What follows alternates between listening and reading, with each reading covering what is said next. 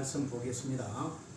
오늘 말씀은 사도행전 21장 17절로 36절의 말씀을 가지고 사명자를 위한 하나님의 강권적인 계획, 그런 제목으로 말씀을 나누겠습니다. 지난 시간까지 우리가 사도행전 19장 21절의 그 큰 그림, 내가 지금 마게도냐와 아가야를 거쳐서 예루살렘에 올라갈 건데 거기서 로마로 가서 세계의 관문도시라고 할 수 있는 그곳에서 이제 그곳을 드나드는 수많은 사람들에게 복음을 전거하고 하나님께서 허락하시면 저 세상의 끝이라고, 땅 끝이라고 생각하는 그 당시에 스페인까지, 스파냐까지 가서 복음을 전하기를 원하노라. 그것이 성령의 에세트 엔토프라코니마티, 성령의 감동으로 말미암아 주어진 그 마음의 비전을 그 마음속에 에세터 두고, 그래서 그 대장정의 길을 결단하고 이제 나아가는데, 이제 그 길이 만만치 않은 길이었죠, 그죠?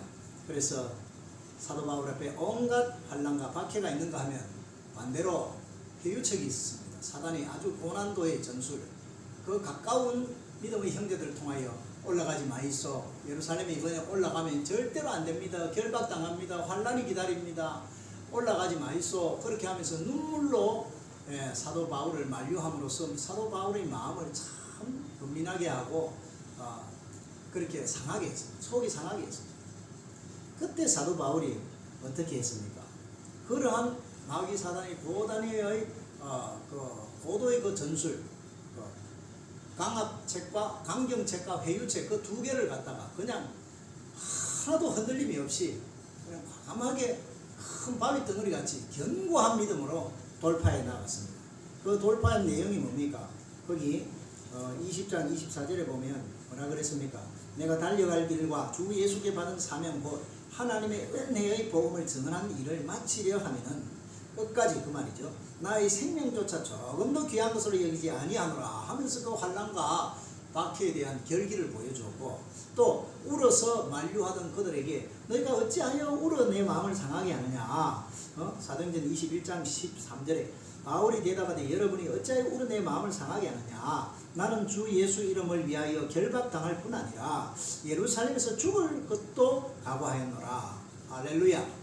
일사각오의 그 투철한 사명감으로 그 모든 유혹과 모든 그 박해를 당당하게 물리쳤습니다. 이런 마음으로 이제 오늘 본문은 이제 초대 예루살렘 교회로 다시 귀환을 했죠. 3차 선교를 마치고 무사히 귀환을 해가지고 이제 어디로 갑니까?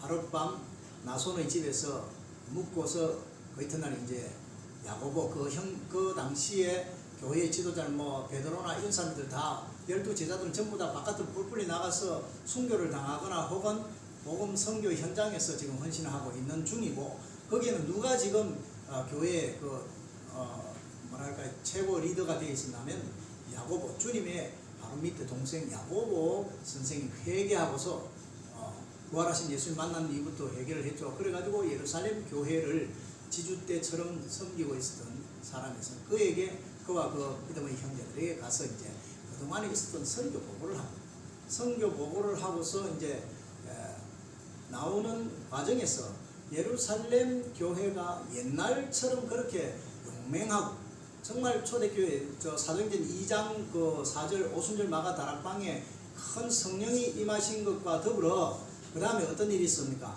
수많은 박해가 있었음에도 불구하고 극복했죠. 그때마다, 그죠? 그때마다 뭐 예를 들어서 스데반이 순교했을 당시에도 그랬고 다 극복해서 나갔는데, 지금 3차 전도 여행을, 선교 여행을 마치고 와 보니까 예루살렘 교회가 과거의 그런 어떤 영광스러운 성령 충만함의 역사를 다 잃어버리고 촛대가 이미 옮겨져 버리고 그냥 불 꺼진 항구와 같은. 그래서 세상에 염려로 충만해지고, 세상에 불신자나 혹은 그 율법주의자들의 그 획책에 길을 펴지 못하고 그들의 눈치나 보고 현실과 타협하는 모습을 보게 됩니다. 그리고 그 자리에서 옹변을 당하게 되죠. 소아시아 그 에베소 지역이나 이런 지역에서 온, 지금 이게 무슨 절기입니까? 오순절 절기를 지키기 위해서 지역의 디아스포라 유대인들이 와가지고 지금 최소한 150만 명이 응집하는 그 상황입니다. 거기에서 그만 소아시아에서 온 사람들이 선동을 했기 때문에 이 사람이 지금 모세의 율법을 배반하고 판례를 금하고 우리 동족을 아주 무시하고 비방하는 발언을 했다. 그렇게 증언을 함으로써 수많은 그 당시에 오순절 그 예루살렘에 올라갔던 사람들을 선동을 해가지고 그만 몰매를 맞아 죽을 정이 있었는데 결정적으로 어떻게 합니까? 하나님께서 로마 군대, 총독부의 군대를 동원해가지고 거기서 쏙 뽑아내가지고 안전가옥으로 피신시키는 그 역사를 오늘 보면은 증거하고 있습니다. 우리 교회도 얼마든지 이런 지경에 놓일 수 있습니다. 무슨 말이냐면 교회가 여러분 속담에 이런 말이 있죠. 물 들어올 때 노저란 말이 있죠. 그죠? 다른 성경에 보면은 주의 은혜를 헛되이 받지 말라 그런 말씀이 있습니다. 메뚜기도 한철이란 말이 있습니다. 주님의 은혜를 부어주실 때 있습니다. 그때 은혜를 제대로 단디 받아야 되는 거예요. 그리고 그 불이 꺼뜨리지 않도록 그 복음의 열정, 그 성령 충만의 열정이 꺼지지 않도록 나아가야 되는데 한번 촛대가 옮겨져 버리고 한번 믿음의 노선에서 미끄러져 버리면 다시 회복하기가 굉장히 어렵다는 것을 오늘 변질된 예루살렘 교회를 통해서 우리는 알 수가 있고요.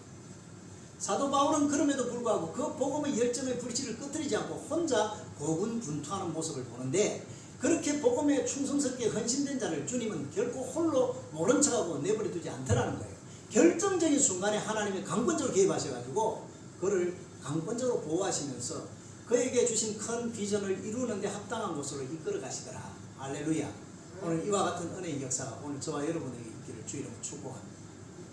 우리 교회도 이 복음의 열정이 뜨겁게 살아있고 말씀이 바로 선포된 이 시기가 지나고 만약에 이것을 할 수 없는 상황이 오게 된다면 우리도 별 수 없이 예루살렘 교회처럼 신앙의 열정이 다 식어버리고 될 대로 되는 식으로 뿔뿔이 흩어질 수밖에 없는 상황이 올 수도 있다.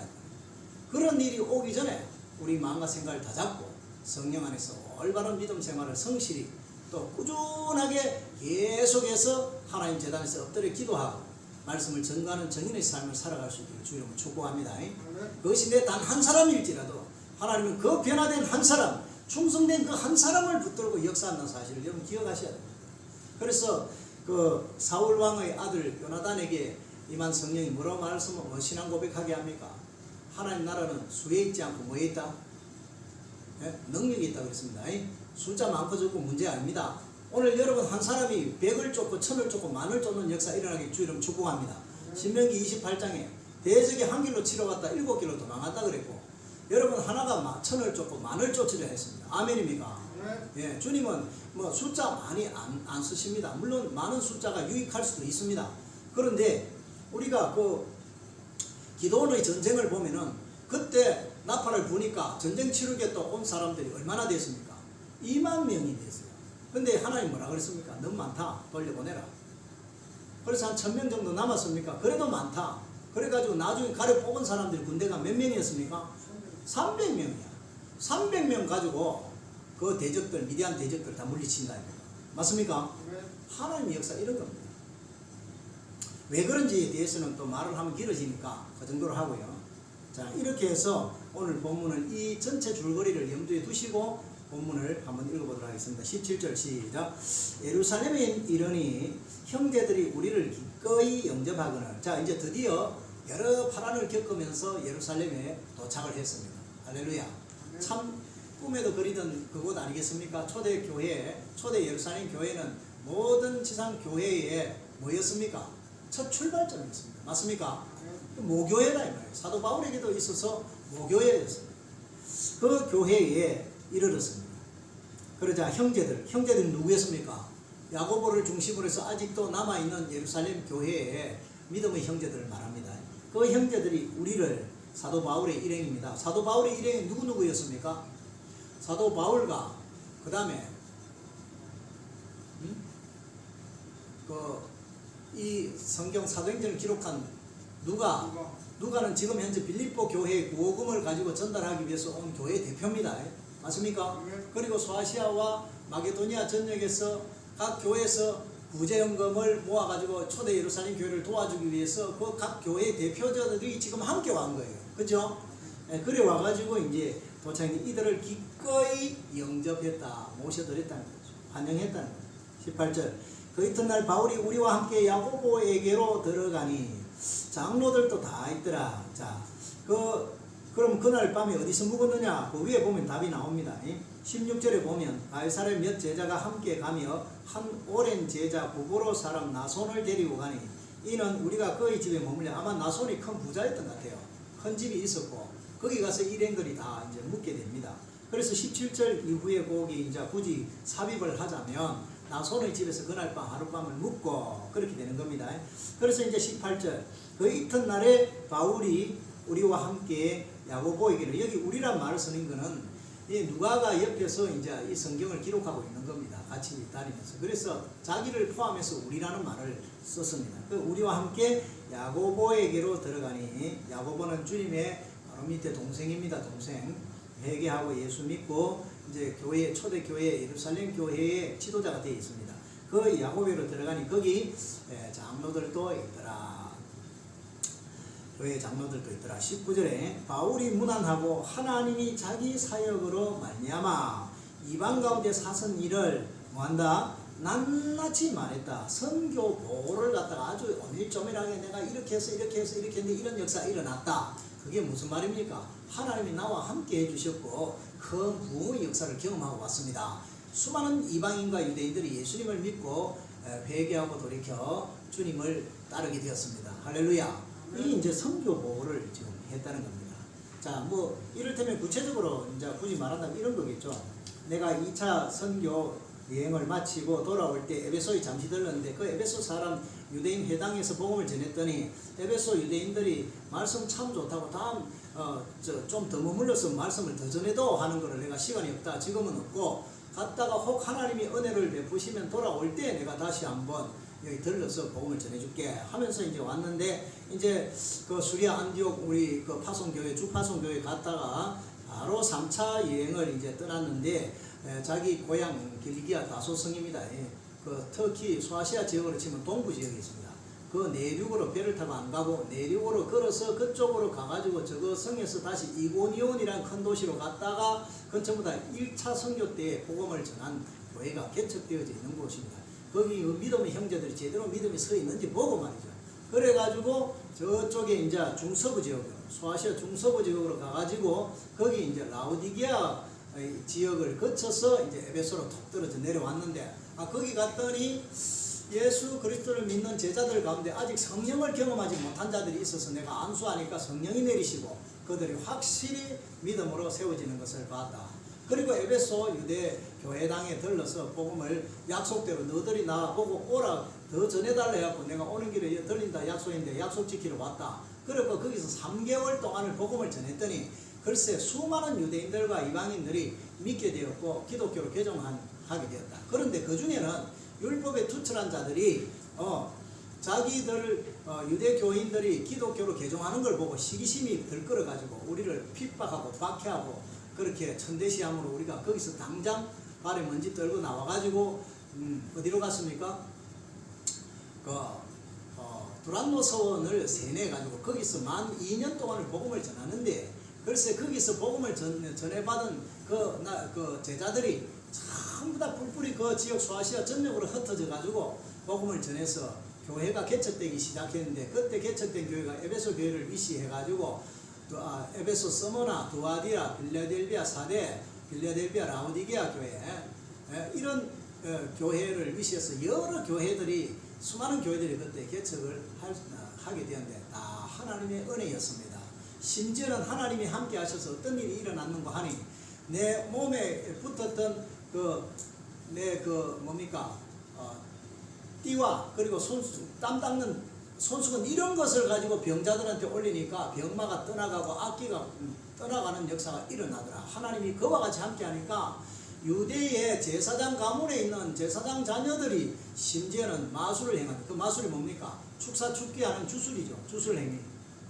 이 귀신아 물러거라 하는 그 주술이 있는데 그거 하던 사람들이 주 예수 이름으로 나도 예수 그리스도 이름을 빙자에 너에게 명하노니 악기야 물러가라 했더니 그 악기가 바울도 알고 예수도 내가 알거든 니는 누구? 하면서 올라 들어가지고 막 막 해코지를 하니까 그들이 빨가벗고 도망가는 일도 있었다. 그 모습을 보고 수많은 유대인과 헬라인들이 놀라가지고 하나님께 영광을 돌리면서 그 마술책을 사가지고 마술을 배워서 주술 행위를 하던 수많은 사람들이 마술책을 다 가와 이거 쓸데없는 기다, 예수 이름이 최고다 하면서 그거를 갖다 던져서 불을 살랐는데 그 돈을 계산해 보니까 5만이나 되더라. 5만 되네. 50억 정도의 돈에 책이 불타없어지고 그런 부흥의 역사가 일어났다. 마침 그때에 데메도리오라 하는 은세공업자가 사장이 그 조합의 조합장 정도 되는 사람이 사람들을 선동해가지고 저 바울 때문에 우리 아데미 신이 욕을 먹고 있고 인기가 떨어져가지고 우리의 업이 이걸 만들어서 우상을 파는 건데 이 우상이 안 팔려가지고 지금 밧줄 끊어지게 됐다. 저놈을 잡아 죽여야 된다. 선동하는 바람에 죽을 뻔했는데 마침 거기 누구였죠? 공회원, 그러니까 이제 에베소 시의 이제 시의원 원장 되는 사람이 와가지고 서기장 되는 사람이 와가지고 야 이 사람들아 무슨 죄가 있으면 총독부도 있고 우리에게도 민의에 고발할 것이지 왜 너희들이 지금 사람을 죽이려고 하느냐 이렇게 하면은 소요 사태로 인해서 우리가 로마 제국으로부터 봉변을 당할 수 있다. 쓸데없는 짓 하지 말고 다들 돌아가라. 이래가지고 거기서 구사일생으로 살아나가지고 이제 그 사역을 그만두고 이제 마게도니아와 2차 선교지죠. 마게도니아와 아가야를 거쳐서 예루살렘을 올랐고 갔는데 아가야 지역이 이제 그 밑에는 좀 더 구체적으로 말하는 헬라 지역입니다. 그 지역에 가가지고 고린도에서 갱거레아로 가고 갱거레에서 바로 배 타고 예루살렘을 올라 그랬는데 마침 성령께서 가르쳐 주시기를 거기에 있는 유대인들이 배 타고 갈 찰나에 너를 죽이려고 한다. 그러니 왔던 길로 되돌아가라 해가지고 다시 빌립보 성으로 가가지고 누가와 함께 배 타고 이제 드로아로 소아시아 드로아로 건너오려고 했는데 그 하룻밤 밤길인데 백길인데 거기서 역풍을 맞아갖고 닷새나 걸려 겨우 상륙해가 왔다. 그 자연도 우리를 이와 같이 회방했는데 그 드로아에서 일주일 지나면서 마지막 주일날 예배를 드리는데 설교의 은혜를 부어가지고 밤중까지 말씀을 전하는데 유두고라는 청년이 3층에서 창문가에 걸터 앉아갖고 설교를 듣다 꾸벅꾸벅 졸다 맞떨어져 죽어버렸네. 그래서 내가 내려가고 나에게 부어진 성령의 기름 부음으로 그를 살려냈다. 성령이 살려내신 거다. 그래서 더 많은 위로를 받고 교회가 든든하게 서가는 것을 보고 이렇게 왔는데 내가 혼자 온 게 아니고 각 지역에서 이렇게 수많은 그 구호 물자와 그 돈을 구제헌금을 가지고 각 교회 지도자들하고 같이 이렇게 왔습니다. 할렐루야. 뭐 이런 얘기를 아주 자세하게 낱낱이 그렇게 다 선교 보고를 한 겁니다. 자, 그랬더니 이제 그 유대 예루살렘에 있는 지도자들이 뭐라 그러느냐 한번 봅시다. 20절에 시작. 그들이 듣고 하나님께 영광을 돌리고 자, 여기까지는 잘 되었습니다. 그 훌륭하다. 진짜 하나님의 역사네. 진짜 하나님 함께 하신대.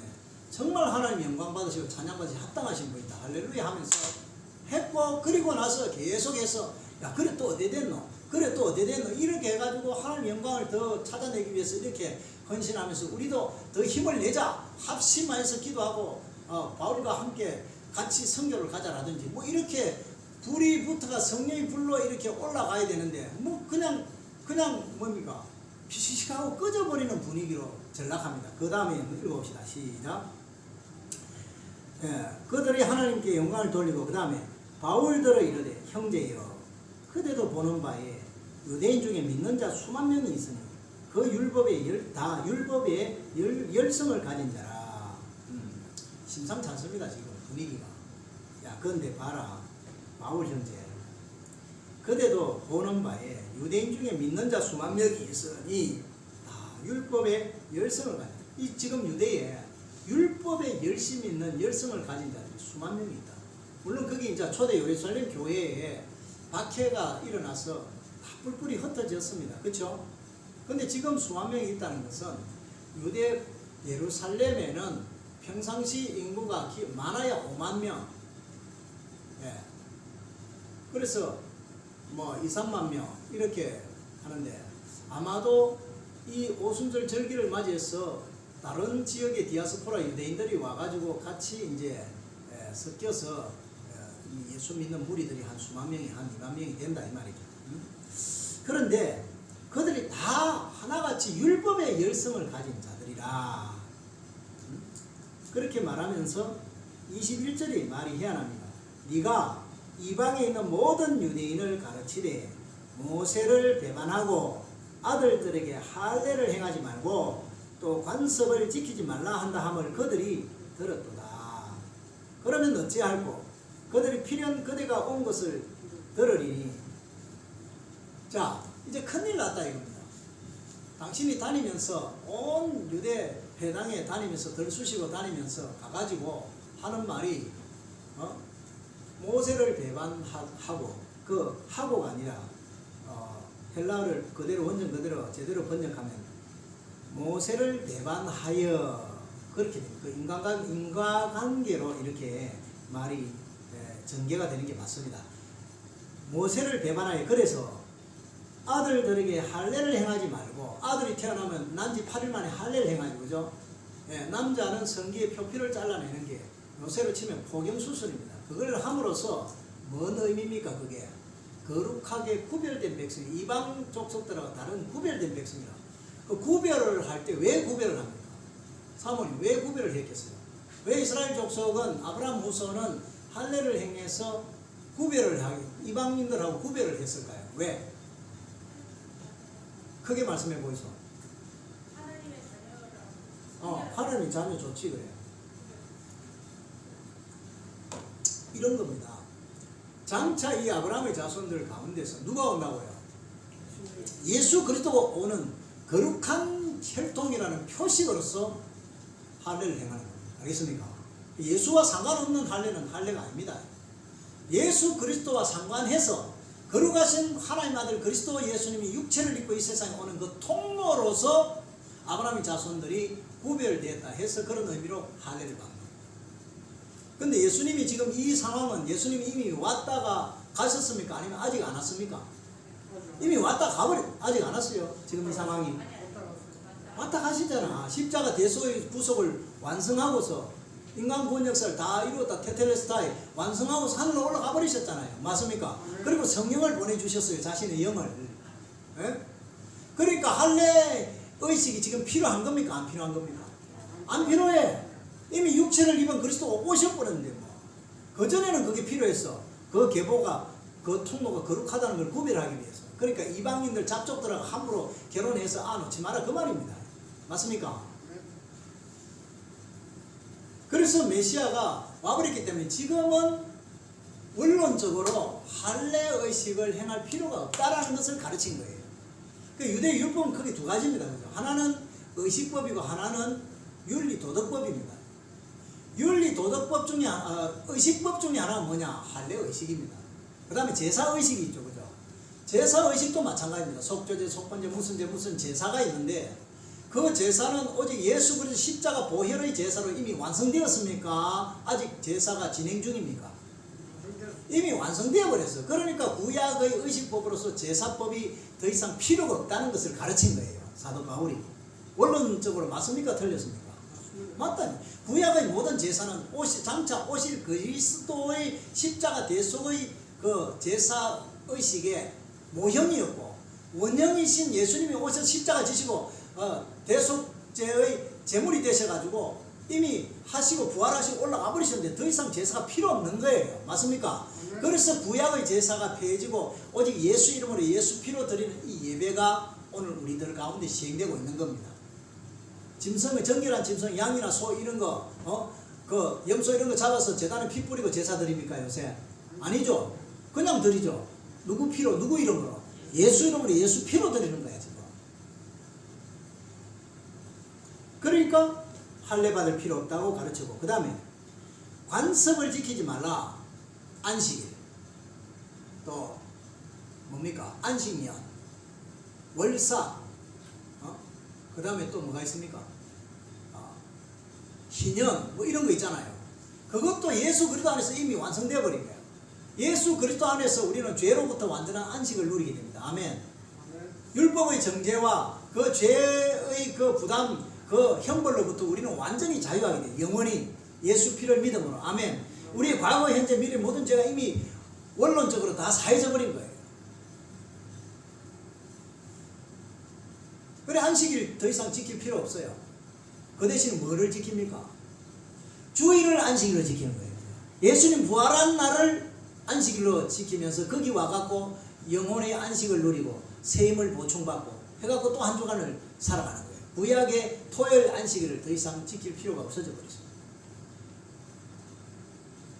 주 안에서 영원한 안식, 안식년도 마찬가지입니다. 주 안에서 영원한 안식, 희년도 마찬가지입니다. 예수 그리스도 안에서 모든 것이 다시 회복되죠. 그죠? 우리가 죄로 말미암아 저주 가운데 들어서 잃어버리고 상실했던 모든 축복권이 영혼 육간에 완전히 다시 회복되고 재충전되잖아요. 예수 안에서. 믿습니까? 그래서 이런 어떤 그 관습, 그러니까 절기 이런 것들을 더 이상 지킬 필요가 없는 기다. 그런 거 헛거하지 말고 이제는 오직 예수 믿고 하나님께 예배드리며 오직 그 예수 그리스도의 복음을 전하는 증인으로서의 사명을 완수하는 것이 아브라함에게 주어진 세 가지 약속 가운데 가장 마지막으로 남은 그 한 가지 약속이다. 그걸 위해서 우리가 달려가자. 이렇게 권면했지 않겠습니까? 그죠? 그것이 어떻게 그 모세 선지자를 대적하는 것입니까? 배반한 것입니까? 그거는 오히려 율법을 완성하는 겁니다. 예수님 말씀하셨습니다. 내가 율법을 폐하러 온 줄로 아느냐? 아니다. 도리어 율법을 완전하게 하려고 왔다. 할렐루야. 맞죠? 어떻게 완전하게 성취를 시켰습니까? 율법의 요구를 어떻게 만족시켰습니까? 죄 없는 정결하고 보배로우신 자신의 피로서 십자가에서 흘려서 율법의 법계위를 흥건히 적셔버리므로 하나님이 그 인간의 죄를 율법을 가지고 심판하려고 들여다보니까 그 위에 피가 흥건히 보여서 예수의 피가 있으므로 그 죄를 뛰어넘어버리 간과하셨다 그랬습니다. 오늘 예수 그리스도의 피를 믿는 저와 여러분들의 마음에도 더 이상 양심이나 율법의 정죄가 우리를 올가매지를 못합니다. 생명의 성령의 법이 거기에 흘러넘치고 예수 그리스도의 피값으로 우리가 대속의 은혜를 누리게 되는 것입니다. 여러분 주 안에서 대속의 은혜를 누리시길 주님 축복합니다. 그러나 그럼에도 불구하고 이스라엘은 의식법만 있는 게 아니라 윤리도덕법이 있습니다. 소위 말해서 우리가 잘 아는 십계명 윤리도덕법입니다. 그 안식을 기억하여 거룩하게 지키라. 그것도 하나님 나라의 의식법이지만 동시에 뭡니까? 하나님 나라의 시민으로서 마땅히 할 일이고 나 외에는 다른 신을 섬기지 말라. 다른 어떤 것을 우상을 만들어 절하며 섬기지 말라. 내 이름을 망령되이 일컫지 말고 안식일 기억하여 거룩히 지키고 살인하지 마라. 간음하지 마라. 도둑질하지 마라. 거짓 증거하지 마라. 내 의서 것을 탐내지 말라. 또 뭐가 있습니까? 또 하나가 갑자기 생각나요. 자, 아무튼 이 10가지 계명을 자세히 보면은 거의 다 5계명부터 10계명까지를 자세히 보면은 전부 다 윤리도덕법이죠. 그죠? 맞습니까? 그 윤리도덕을 우리가 지키며 살아갈 이유가 뭐냐? 사랑 때문에 그렇습니다. 형제를 사랑하면서 어떻게 살인할 수 있으며 어떻게 간음할 수 있으며 어떻게 거짓말할 수 있으며 어떻게 도둑질할 수 있으며 어떻게 뭡니까? 거짓 증거할 수 있겠습니까? 또 이웃의 것을 탐낼 수가 있겠습니까? 할렐루야. 그럴 수 없죠. 그죠? 사도 바울은 로마서에서 그럴 수 없느니라. 죄에 대해서 우리가 깨끗한 자가 어떻게 다시 죄를 짓겠느냐 이 말이에요. 그래 이거는 뭐냐면 우리가 구원받기 위한 어떤 조건으로서 전제 조건으로서 우리가 이 윤리도덕법을 지키는 게 아니라 예수 이름으로 죄 용서받고 거룩하고 깨끗하게 구별되는 하나님의 자녀 백성 천국 시민으로서 마땅히 그렇게 살아야 할 도리로서 하는 것입니다. 맞아요? 맞습니다. 그런데 유대 율법주의자, 율법이 열심히 있는 사람들은 뭘 가르쳤습니까? 아니 예수만 믿으면 다 되는 게 아니고 율법을 다 의식법이든 절기법이든 무슨 그 윤리도덕법이든 다 지켜야 되고 그 다음에 할례를 받아야 구원을 받고 아브라함 백성이 되고 하나님 자녀가 된다. 이렇게 가르쳤단 말이죠. 그러니까 복음하고 정면으로 위배가 되는 거예요. 근데 그 사람들이 열심히 있어서 거기서만 저끼리 그렇게 했느냐? 그게 아니란 말이에요. 사도 바울이 1차, 2차, 3차 선교 여행을 다니면서 복음을 가르쳐가는 그 특히 1차 선교지 그 지역, 갈라디아 그 지역에 다니면서 온 교회를 들쑤시고 다니면서 아이거든. 바울 그 가짜다, 이단이다, 예수만 믿어서는 안 되고 율법을 지켜야 되고 할례도 받아야 하나님 백성, 아브라함 백성이 되는 기다. 이렇게 가르치고 다녔단 말이에요. 그러니까 갈라디아서를 보면은요, 사도 바울이 뭐라 그랬습니까? 야, 갈라디아 사람들아, 내가 복음의 초창기에 내가 뭘로 가르치더라? 우리가 믿음으로서냐 행위로서냐, 율법의 행위로서 구원받았다 하더나 알지 않느냐? 우리가 아직 죄인 되었을 때에 그리스도가 십자가의 죽음으로 말미암아서 우리의 죄를 대속하셨으니 믿음으로 그것을 받아들이고, 아, 지난번에 죽은 십자가에 죽으신 예수의 피가 바로 내 죄 때문에 흘린 피고 나의 죄를 대속하기 위해서 십자가 지셨구나라는 것을 신앙 고백하는 그 사람은 구원을 받는다고 하지 않았느냐? 우리가 언제 율법 잘 지켜가지고 구원받았느냐? 너희가 그렇게 어리석으냐? 누구든지 예수 그리스도 복음에 다른 복음을 전한 자가 있으면 그는 저주받을 자니라. 그렇게 갈라디아서 기록해놨단 말이에요. 예수밖에는 구원이 없습니다. 우리가 구원받는 게 예수 피값으로 되는 겁니다. 우리가 뭐 도덕, 윤리, 도덕법을 잘 지키고 의식, 절기법을 언제 알긴 알았습니까? 우리가 아니잖아요. 그런데 이 유대 율법에 열심히 있는 자들이 이렇게 가르치고 다닌다. 그러니까 사도 바울은 가는 곳곳마다 그게 아니고 예수만 믿으면 구원은 확실하다. 그러나 우리가 하나님 자녀 백성으로서 우리가 마땅히 이 윤리 도덕법은 지키는 것이 덕스럽고 하나님께 영광이 된다. 할렐루야. 그렇게 가르치는 거예요. 여러분들 그렇게 인식하시길 주님 축복합니다. 당신 술 끊어야 돼. 당신 담배 끊어야 돼. 안 그러면 교회 와도 구원 없다. 이렇게 가르치면 엉터리입니다. 그거는. 어떤 참 죄인이라도 교회 와서 예수님을 영접하면 참 믿으면 참으로 사함을 받고 구원받아 영생의 복을 누리게 되는 것이 복음의 진수입니다. 아멘. 그게 귀한 거예요. 자, 그런데 이 초대 예루살렘 교회의 사람들은 이미 김이 다 빠져버렸어요. 그런 어떤 패기, 영적인 그 전투적인 그런 교회로서의 패기, 용기, 초대 예루살렘 교회는 다 잃어버렸어요. 그러니까 지금은 뭡니까? 야, 이 사람들이 너를 잡아 죽일지도 몰라. 그러니까 몸 조심해 이 사람아. 좋은 게 좋은 거요 하면서 타협안을 제시하는 게 그 밑에 나오는 겁니다. 자, 한번 읽어봅시다. 22절에 시작. 그러면 어찌할꼬 그들이 필연 그대가 온 것을 들으리니 우리가 자, 그 묻잖아. 좋은 게 좋은 거 알겠나? 여기서 그만 더 이상 나대지 말고 우리가 가르쳐주는 타협안대로 행동해서 네 육신의 안위를 일단 보존을 해라. 이렇게 타협안을 제시하는 거예요. 여러분, 누구든지 하나님 촛대 성령의 기름 부심이 물러가고 떠나가고 촛대가 옮겨지면요, 어떤 개인이든 가정이든 교회든 간에 타협안이 나오게 됩니다. 타협, 현실과 타협하는. 우리 사실 이러니까 오늘 피곤하니까 타협이 되는 거예요.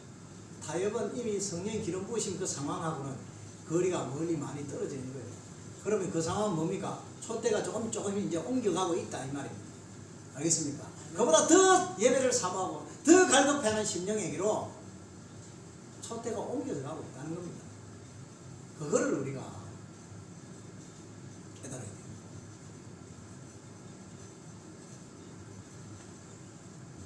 그러면서 타협안을 제시하는데 그 타협안이 뭐냐? 23절에 우리가 말하는 이대로 해라. 쓸데없이 나대지 말고 육신의 안위를 보존하기 위해서 우리가 시킨 대로 해라. 좋은 게 좋은 거 아이가? 하면서 타협안을 제시하는데 뭐라 그럽니까? 여기 서원한 네 사람이 우리에게 있으니 서원이라는 것은 나실인 서원입니다. 나실인 서원은 두 가지입니다. 크게 일생 동안 나실인이 되는 겁니다.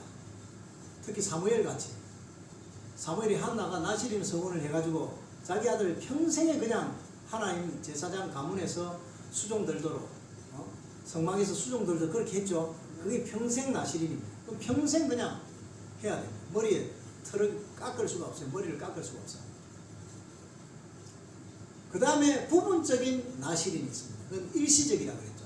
예를 들어서 바울이 2차 선교여행 때 출발 때 하나님께 서원을 하고 끝마칠 때까지 머리를 깎지 않겠습니다 했다가 2차 선교여행 끝날 때 고린도에서 동쪽으로 5km 정도 떨어진 갱거리아 성읍에서 머리를 깎았더라 그랬죠.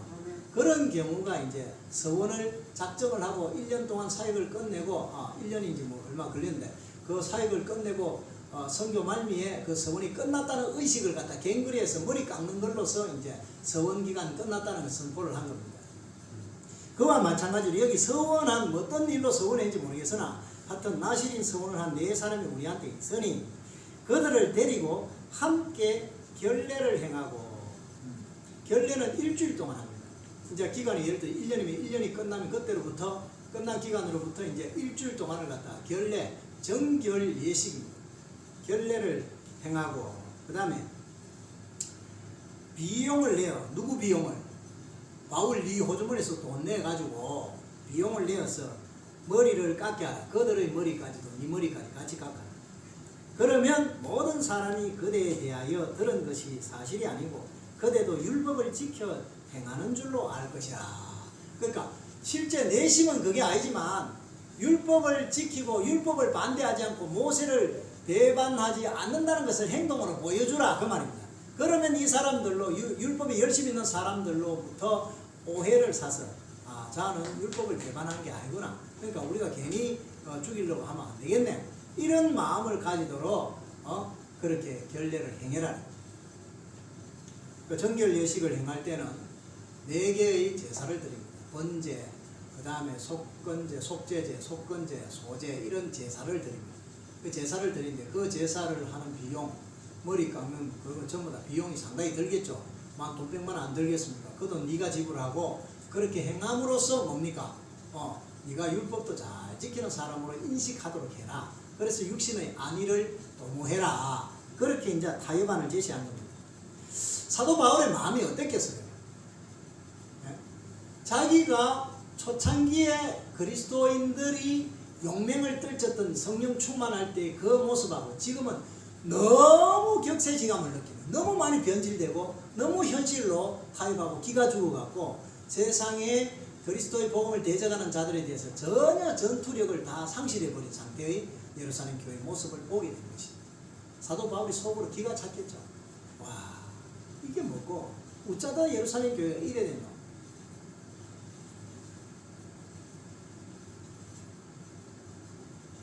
오늘 이게 우리의 모습은 아닐지, 오늘 우리 교회의 모습은 아닐지 우리는 다시 한번 되짚어 봐야 돼요.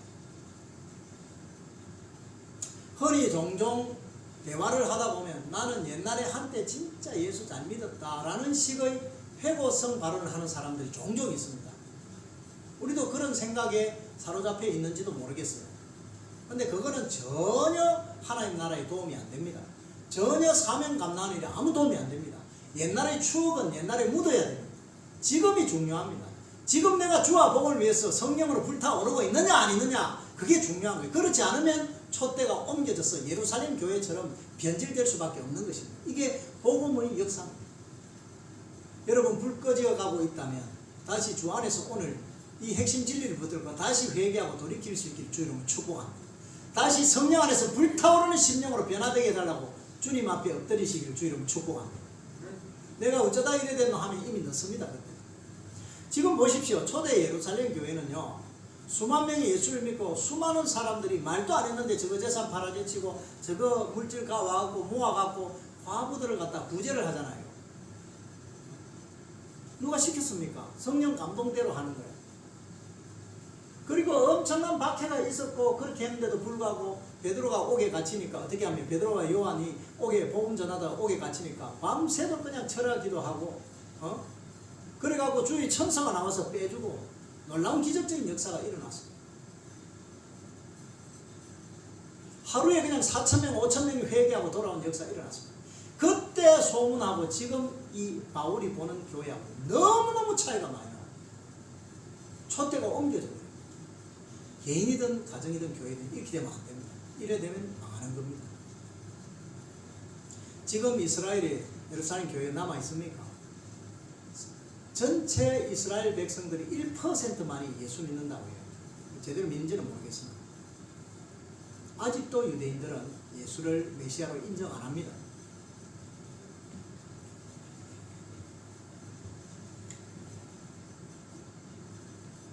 (25절에) 주를 믿는 이방인에게는 우리가 우상의 제물과 피와 목매어 죽인 것과 음행을 피할 것을 결의하고 편지하였느니라. 사도행전 15장 20절에 기록된 말씀입니다. 이방인들에게는 더 이상 율법의 무거운 짐을 지우지 말고 우상의 제물과 피와 목매어 죽인 것과 음행을 피할 것을 결의하고 편지해서 권면했다 이 말이에요. 다른 율법 안 지켜도 된다. 그런데 유대의 율법에 열심 있는 자들은 그럴 수가 없었다는 것입니다. 도저히 저들의 기세를 꺾을 수가 없었다는 거예요. 그래서 바울이 예를 들어서 자기가 전도해서 키운 사람 같으면 너희가 어찌 울어서 내 마음을 상하게 하느냐, 어찌 나에게 그런 말을 하냐, 내가 예루살렘에서 이미 죽을 것을 각오하고 일사각오로 올라왔다, 헛소리들 좀 짓거리지 마라, 아마 이렇게 했을 수도 있었을 텐데, 여기 앉아있는 사람들이 전부 다 교회 연륜이 자기보다 오래고, 특히 야고보 선지자 선생 같은 경우는 예수님이 직계, 육체적으로는 직계 동생이란 말이에요. 그리고 초대 예루살렘 교회에 지도자가 되어 있는 기라. 거기 있는 장로 이 사람들은 자기보다 훨씬, 자기가 예수쟁이들 잡아 죽일 그때 벌써 이미 예수 믿고 구원받고 개종한 사람들이라. 그러니까 기라성 같은 내 선배들이 앉아 있으니까 절대로 그런 말 못하죠. 그래서 못 이기는 척 하면서 그들의 타협한 대로 움직입니다. 자, 거기 26절 한번 읽읍시다. 시작. 바울이 이 사람들을 데리고 이튿날 그들과 함께 결례를 행하고 성전에 들어가서 각 사람을 위하여 제사 드릴 때까지의 결례 기간이 만기된 것을 신고하니라. 언제쯤이면 우리가 이제 다 결례가 만기가 됩니다. 정결 예식을 결례라고 해요. 정결 예식. 정결 예식이 뭐 한다고요? 번제와 속죄제, 속건제, 소제, 제사를 드린다 그랬죠. 그 제사를 드리면서 이제 정결 예식을 마치게 된다. 언제까지? 내일 모레까지 돼. 알고 있어? 그때까지만 우리 제사에 참여합니다 하면서 거기에 대한 계산을 지불한 거예요. 여러분, 우리 신앙생활 하다 보면 좋은 게 좋은 거다 하는 마음이 생길 때도 있고요. 그런 시행착오를 겪을 때가 있습니다. 그런데 좋은 게 좋은 거에 맞죠? 인간적으로 보면. 그런데 그게 하나님 앞에서 좋은 거는 아닐 수가 있습니다. 하나님은 우리의 경배와 찬양 받으시기 원합니다. 주 안에서 성도의 교제를 기뻐하십니다. 아멘입니까? 아멘. 네, 그렇습니다. 그 다음에 22절. 자, 이 일이 있은 다음에 이제 겨우 그 예루살렘에 응거하던 2만여 명의 율법에 열심 있는 자들의 불신은, 의혹의 불신은 껐습니다. 그죠? 그런데 세상에 하나님이 뜻을 이루기 위해서 하나님이 엉뚱한 곳에서 사건을 터뜨려버려요. 어떤 일이 일어나느냐? 22절에 시작. 그 일회가 거의 참에 아시아로부터 온 유대인들이 성전에서 바울을 보고 모든 무리를 충동하여 그를 붙들고 외치되 이스라엘 사람들아 도우라. 이 사람은 각 처에서 우리 백성과 율법과 이곳을 비방하여 모든 사람을 가르치는 그자인데 또 헬라인을 데리고 성전에 들어가서 이 거룩한 곳을 더럽혔다 하니. 자, 사도 바울이 얼마 전에 어디 있다 왔습니까? 예? 아시아에 있었지 않습니까? 소아시아. 그 에베소 관문 선교를 지금 막 마치고 돌아왔지 않습니까? 그러니까 그쪽에서 돌면서 거기 앉아서 그 복음을 전할 때 그 복음의 내용을 받은 제자들이 가는 곳 구석구석마다 유대인과 헬라인에게 권면하고 가르쳤다 이 말이에요. 맞지요? 심지어는 저 마케도니아의 저 북남쪽에 있는 일루리곤까지 거기에 있는 마케도니아 교회들이 개척을 한 거예요. 거기까지 편만하게 예수 복음이 전거된 겁니다. 그러니까 그 소아시아 지역에서 온 이 사람들이 결례가 일주일 동안 행해지는데 7일 동안의 정결 예식이 끝나는 딱 그 타이밍에 희한하게 아시아에서 딱 배 타고 도착한 사람들이 딱 보고서 절마 저 바울 아이가 저거 여기 와서 또 설치네 하면서 옳다 됐다 니 잘 만났다는 식으로 외치기를 이스라엘 사람들아 도우라. 이 사람은 각처에서 우리 백성과 율법과 이곳을 비방하여 모든 사람을 가르치는 그자인데 또 헬라인을 데리고 성전에 들어가서 이 거룩한 곳을 더럽혔다. 그렇게 노발대발하는 겁니다. 원래 이 유대인들의 자랑거리가 크게 세 가지입니다. 첫째, 자기가 유대인이란 선민사상. 두 번째, 모세를 통해서 자기들에게 하나님의 천지 창조자 하나님의 율법이 주어졌다는 그거. 그 다음에 예루살렘에 하나님이 받으시는 제사 드리는 성전이 있다는 그 세 가지가 유대인들의 큰 자랑거리였어요. 세계 이방인들을 아주 짐승처럼 손톱 밑에 발톱 밑에 떼 취급하는 그 유대인들의 자긍심이 어디서 나오느냐? 자기들이 성민이라 하나님이 택함 받은 백성이다. 율법을 전수받았다. 하나님 제사받은 성전을 우리가 보유하고 있다. 그것이 유대인들의 최고의 자랑거리였습니다. 그런데 이 사람 말의 내용인즉슨 가는 곳곳마다 우리 민족을 또 율법을 또 성전을 갖다 비방하는 말로 가르치더라고요. 들쑤시고 다닌다고 선동을 하면서 이방인 같이 왔죠? 누가 왔습니까? 거기 보면 29절에 이는 그들이 전에 에베소 사람 드로비모가 바울과 함께 시내에 있음을 보고 바울이 그를 성전에 데리고 들어간 줄로 생각합니다. 만구치생각이죠. 실제로는 아닌데 사도 바울이 지금 여기 와서 예루살렘 성전에서 정결 예식을 행하면서 이방인 에베소 사람 드로비모라는 사람을 머리 노랗고 눈 파란무리한 그 사람을 데리고 와고 유대인이 아닌데 그 사람하고 같이 있었는데 이것도 데리고 와서 이 유대인들은요 이방인들은 유대인의 제사 드리는 그 제사 성전에 이방인의 뜰이 있고 그 다음에 여인의 뜰이 있고 남자의 뜰이 있고 그 다음에 제사장의 뜰이 있습니다. 맞죠? 이방인의 뜰 문턱을 절대로 넘으면 안 되면 그거 돌로 쳐주게 됩니다. 율법대로라면. 그런데 지금 드로미르보라는 사람을 필시 시내에 있을 때 봤을 때 같이 있었으니까 여기도 같이 데리고 들어왔을 것이다라는 지레짐작으로 이렇게 해서 저놈 죽일 놈이다. 이렇게 고소를 하는 거예요. 사도 바울은 지금 황당한 상황이 발생된 거예요. 그랬더니 3절에 온 성이 소동하여 백성이 달려와 모여 바울을 잡아 성전 밖으로 끌고 나가니 성전 안에서는 죽일 수 있습니까? 없습니까? 안 됩니다. 거기는 거룩하게 제사 드리는 성별된 곳이기 때문에 거기서 사람을 살인하고 이러면 안 되거든요. 율법적으로. 짐승은 정결한 짐승을 잡아서 그것을 제사를 드려도 되지만 사람은 죽이면 안 되는 것입니다. 그래서 성전 밖으로 밀어내치고 성전문을 꽝 닫고 바깥에 나와가지고 뭐 했습니까? 이제 바울을 잡아 성전 밖 끌고 문을 곧 닫고 그 다음에 31절에 그들이 그를 죽이려 할 때 그냥 두들겨 패는 거 아닙니다. 돌을 들어 지금 치려고 하는 겁니다. 그래서 죽이려고 할 때에 그 다음에 온 예루살렘이 요란하다는 소문이 군대의 천부장에게 로마 총독부 군대입니다. 군대의 천부장에 들리면 그가 어떻게 급히 군인들과 백부장들을 거느리고 달려 내려가니 그들이 천부장과 군인들을 보고 바울 치기를 거치는지라 짱돌을 들고 던져가 죽여라 죽어라 죽어라 하면서 집에 던지다가 로마 총독부 군인들이 급하게 출동해 딱 보니까 야 너 지금 뭐하노? 이러니까 그만 죽이려고 두들겨 패는 걸 딱 멈췄어. 참 타이밍이 절묘하죠. 만약에요 한치라도 한순간에 조금 늦었으면 바울 거기서 적사했습니다. 돌에 맞아 죽습니다. 안 그렇겠습니까? 그런데 하나님은 이미 바울에게 어떤 그림을 주셨습니까? 예루살렘에서 어디까지? 로마 그 당시 세계 최대의 관문도시인 로마 선교를 이미 그림으로 보여주셨고 스페인까지 가서 땅끝까지 가서 선교하는 것을 그림으로 보여주셨다 이 말이에요. 그건 성령에 매여서 그 마음을 에세토 마음속에 두었습니다. 사도 바울은. 그래서 그 그림대로 지금 뻗어나오고 있는데 결정적인 순간에 목숨이 위태한 상황이 되었습니다. 그때 결정적으로 로마 총독부 천부장 군대가 군사들을 동원해가지고 그 사도 바울을 쳐 죽이는 그 현장을 급습을 한 겁니다. 누가 하신 역사일까요? 누가 이렇게 하셨을까요? 상천하지 절대주권 개별 섭리자 되신 주님께서 그 타이밍을 놓치지 않고 정확하게 군대를 풀어서 살려내신 것입니다. 할렐루야. 사도 바울을 왜 이렇게 아끼시고 왜 이렇게 이 결정적인 순간에 살려내시는 겁니까?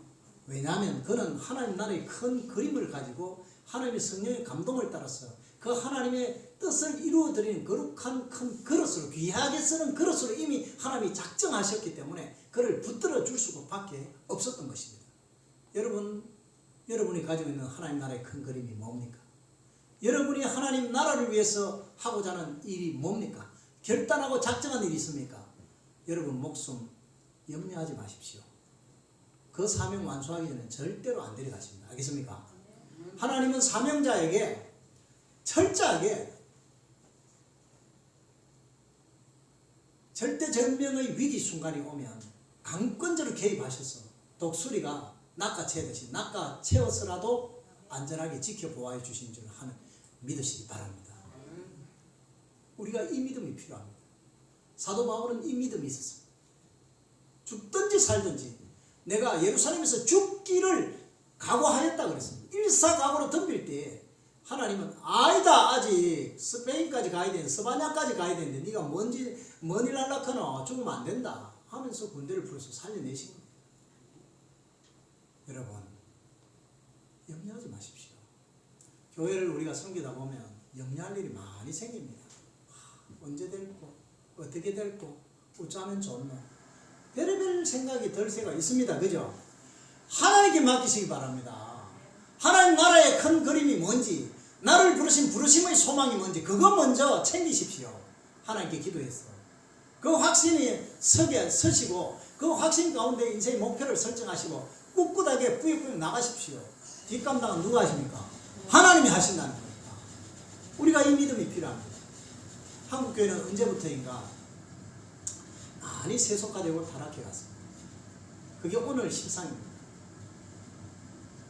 이 나라에 의식 있고 양식 있는 깨시민들은요, 교회 목사들을 갖다가 의사보다도 못한 놈들 그렇게 욕을 합니다. 물론 그 사람들의 견해가 다 옳은 건 아닙니다. 왜냐하면 전부 다 목사들이 다 그런 건 아니거든요. 맞습니까? 옷 가다가 정광훈 씨 같은 사람도 있지만 안 그러면 박찬 목사 같은 사람도 있다 이 말이에요. 근데 싸잡아가지고 그렇게 욕을 한다는 것은 바람직하지 못하죠. 맞습니까? 맞으면 아멘 해보십시오. 맞습니까? 자신 없습니까? 아멘에 자신 없습니까?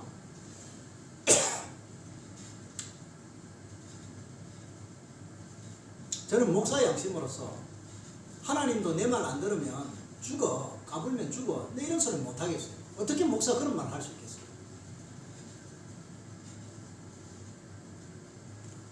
그러니까 불신자 앞에서 욕 먹는 거예요. 싸지.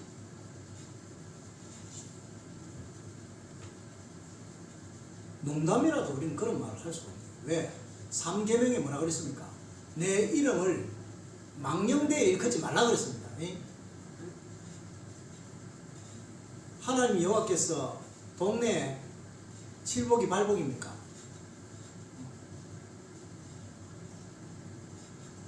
영순입니까? 영입니까? 철입니까? 자기 친구입니까? 이미 영적으로 많이 나가버렸어요. 촛대가 옮겨진 것입니다. 세상 이념의 이데올로기에 그런 신여가 되고 세속적인 정치 그 관념으로 가득 들어차 있어요. 그 머리에서 나올 게 뭐 있겠습니까?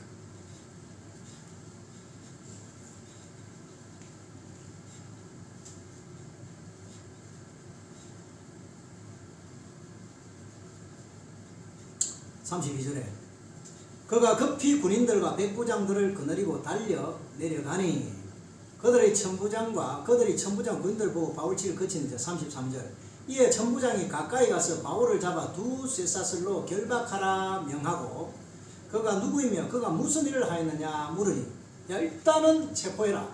체포를 하고 나서 도대체 누구 무슨 짓을 했길래 사람들이 이런 일을 안 죽을 만큼 뚝을 패놓으니까 죽으라고 뚝을 패놓아 무슨 일이고. 그러니까 바울에 대해서 무리 가운데서 어떤 이는 이런 말로 어떤 이는 저런 말로 소리치거늘 전부 다 우리 유대인들을 갖다 비방하고 말이지 우리 율법을 갖다가 안 지켜도 된다 그러고 할례 안 받아도 된다 그런 소리를 해제키는데 우리가 분이 나서 뚜립해서 일하는 거야.